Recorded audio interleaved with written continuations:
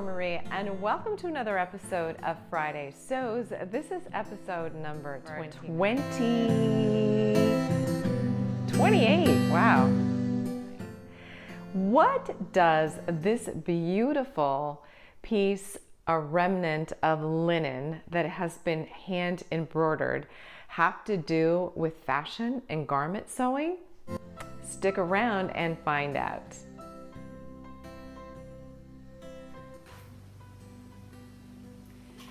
So I want to bring to your attention this pattern that is designed by Marcy Tilton. It is a Vogue 1899. And I had this in my stash for some time. I don't know if it's currently available, sorry. If it is, I'll link it.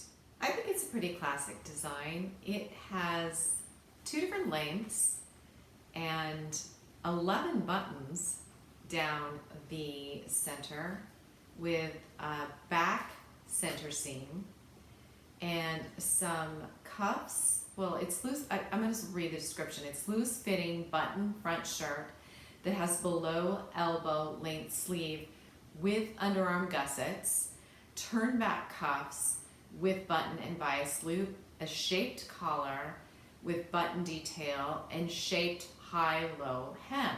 The size range is from extra small, sizes 4 to 6, all the way up to XXL, 24 to 26. I cut out a medium, which is in the 12 to 14 size range, and I chose view B. It looks like on the scale, it's the symbols, that it's suitable for all body types. And then there's a classification on the top back of the pattern that says average. If this means that it's rated average as far as skill level and sewist, I would, what is the definition of average? To me, you have to have some sewing skills under your belt to sew this because of the color and how many buttonholes you need to sew, and the fact that there's a cuff that is turned up and has a button loop. So yeah, there's and the underarm gusset. So I'm gonna say you need to have some sewing experience under your belt to sew this pattern. So this is the pattern that I selected for something very unique. Check out Marcy Tilton's blog, which I will link in the description box, that details this blouse that she actually refers to as the Frenchy shirt, which is inspired by men's dress shirts in Paris. I love that her blog discusses the different fabrications and how she used them. On the pattern cover, she actually used a cross-weave linen in that solid, beautiful color of violet, and a Japanese cotton print. She also experimented with Liberty's Tana lawn in a couple of different scales. Finally, at the end of her blog post for this specific pattern, she gives tips on sewing the gusset and details on how to get smooth curves on the collar and how to attach and cut those bias loop strips. So this came from a 52 by 52 inch square tablecloth that I found in it was called Antique Warehouse for, I believe it was $16. It came complete with a tea/coffee stain on it. It was initially hard for me to cut into it, but I really wanted to challenge myself using this Vogue blouse pattern to make a very unique blouse with this beautiful stitching.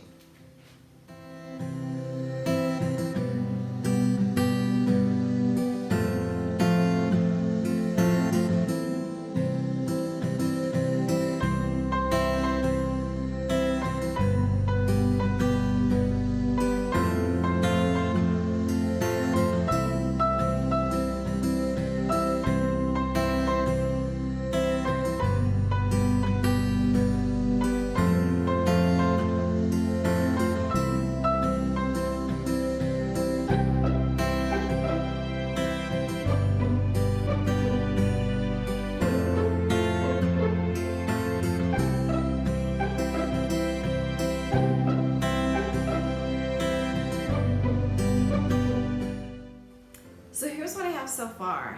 This is the back side, and I had to strategically cut the tablecloth, so that was a challenge. I'm going to insert a lot of pictures through the process, but I love the way it turned out. Also, I hacked the pattern because the pattern just has the two back pieces joined by the center seam. There is no triangular piece that would be sewn in, so I had to again be creative. Also, I did not have enough of the linen for the back, and the linen that I had was not the same tone of this white. My linen was too stark white, so it would not, I didn't think it would look right, but I did have this cotton poplin shirting that worked. It was the same hue or tone of shade, so I thought that would work well. And then I also tied it in with the collar, so it looked intentional. On the front, I was able to incorporate the design vertically on either side and mirror that, so I like the way that turned out. And then on the bottom, I have these beautiful pieces already placed via the embroidery at an angle, but I had to be strategic again in those front pieces. The arms have, there was only enough of the embroidery stitching left to do the front, not the back. And I'm currently in the process of French seaming, joining the cuff to this sleeve. I believe I had to tweak and hack, yeah, because this basically, there wasn't enough fabric. So I had to cut and elongate, and then finally for this, it's important to me that when I turn the sleeve up, it looks as good on the underside as the top side, whereas in the pattern, it shows the models as she turns up the sleeve, you can see the wrong side of the fabric.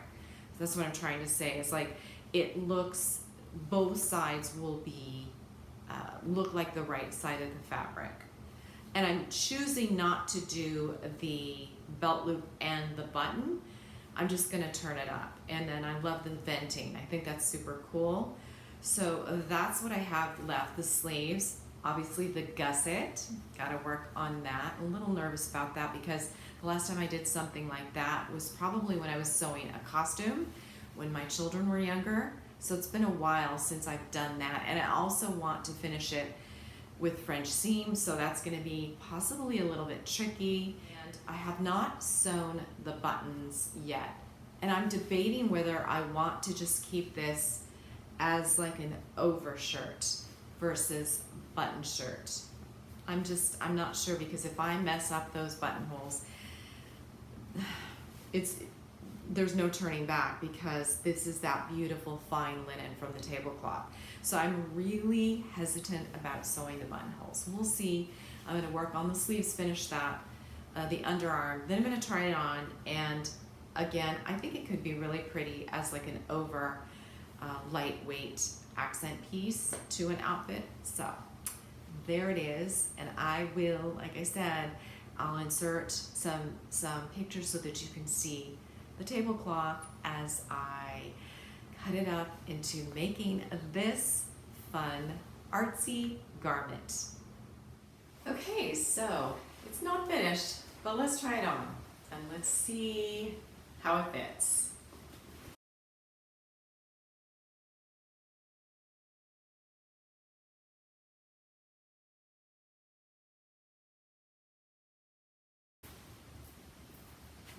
What do you think? So obviously I need the cuff here. This has to be finished, but I will kind of turn it up like so. So you can still see the embroidered sleeve. This is how it would look if it had the buttons. Puffs a little bit here, but that's okay. I think it's pretty. This is the side. It's got the little Peter Pan collar. Kind of reminds me of that. So it would line up about like this.